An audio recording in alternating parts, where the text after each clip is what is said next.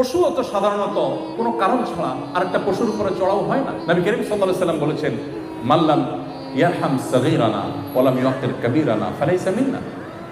যে ব্যক্তি ছোটদের প্রতি স্নেহ মমতা দেখাতে পারে না এবং বড়দেরকে যে রেসপেক্ট করতে পারে না, সে আমার উম্মত হতে পারে না। আপনি কাউকে একটা মন্দ কথা বলেছেন, আঘাত করেছেন, কোনো কারণ ছাড়া জুনিয়র একটা ভাইকে কান্দর উদ্বস করাইছেন, তার প্রতি অবিচার করাইছেন, এই সমস্ত অন্যায়গুলো যখন করবেন, এই লোকটাকে আপনি একসময় আর খুঁজে পাবেন না। এটার প্রায়শ্চিত্ত করার কোনো বাহ্যিক ওয়ে আপনার সামনে আর থাকবে না। অতএব আমি আপনাদের প্রতি অনুরোধ রাখতে চাই যে যৌবনের উচ্ছলতার কারণে, যৌবনের উন্মাদনার কারণে আপনার পেশি শক্তি, আপনার গায়ের জোর, এটা যেন কারোর চোখের পানির কারণ না হয়। দেখুন, পড়াশোনার পুরো এই সময়টা, পুরো পিরিয়ডটা, আপনার স্টুডেন্ট লাইফটা আপনি এভাবে যদি কাটাতে পারেন যে আপনি কাউকে কষ্ট দেননি, কাউকে আঘাত করেননি, আপনি বিনয়ী মানুষ হন, আপনার এই লাইফটা আপনাকে সারা জীবন সুখ দিবে। কিভাবে সুখ দিবে? আপনি যখন কর্মজীবনে যাবেন, আপনি যখন অবসরে যাবেন, আপনার কিন্তু এই পেছনের জীবনটা চোখের সামনে ভাসবে। তখন আপনার অনেক ভালো লাগা কাজ করবে যে আপনি ছোট ভাইদের হেল্প করেছেন, কারণ ক্ষতি করেননি পারতপক্ষে। আর এর বিপরীতে আপনি যদি মন্দ কাজ করে থাকেন, এখন হয়তো সাময়িক পৈশাচিক আনন্দ আপনি পাবেন, কিন্তু আপনি লিখে রাখেন ডায়েরিতে, আজ হোক আর 10 বছর পর হোক, আপনার এক সময় উপলব্ধি জাগ্রত হবে যে আমি এত খারাপ কাজ করেছি, ওই ছেলেটাকে ওই দিন অন্যায় করেছি, ওই মেয়েটার প্রতি ওই দিন জুলুম করেছি, সে হয়তো কিছু বলতে পারেনি, সে নিভৃতে চোখের পানি ফেলেছে। এই চোখের পানিগুলো এক একটা বোমা হয়ে আপনার জীবনে আঘাত করবে এবং আপনি টেরও পাবেন না যে আপনার জীবনে কোত্থেকে কোন বিপদ কি কারণে আসছে, কার কার ব্যথা, কার চোখের পানি আপনার জীবনে ধ্বংসের কারণ হয়ে গেছে, আপনি টেরও পাবেন। সবচেয়ে ভয়ঙ্কর দিক হলো আপনি যখন উপলব্ধি করতে পারবেন যে আমি অন্যায় করেছি।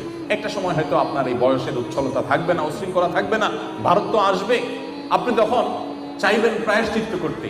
ওই ছেলেটার প্রতি অনেক অন্যায় করে ফেলেছিলাম, ওই মেয়েটার প্রতি অনেক জুলুম করেছিলাম, তখন আপনার মনে চাইবে যে একটু মাফ চাই, একটু বিহিত করি, কিন্তু সেই সুযোগ আপনি পাবেন না। কোথায় সে আছে, কোন দেশে সে আছে, কোন সমাজে আছে, তাকে আপনি খুঁজে পাবেন না। আপনি চাইলেও এটা আদায় করতে পারবেন না। শুধু আখিরাত নয়, দুনিয়াতেই আপনি এটার জন্য অপরাধ বোধের অদৃশ্য জ্বালায় জ্বলতে থাকবেন, অদৃশ্য দাহনে আপনি করতে থাকবেন।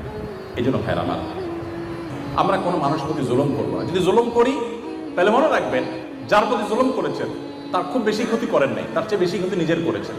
যার প্রতি জুলুম করেছেন তার বরং একটা পুঁজি সংগ্রহ হয়ে গেছে, কিয়ামতের ময়দানে শুধু এটাকে পুঁজি করে সে কিছু আমল তার অ্যাকাউন্টে আনতে পারবে।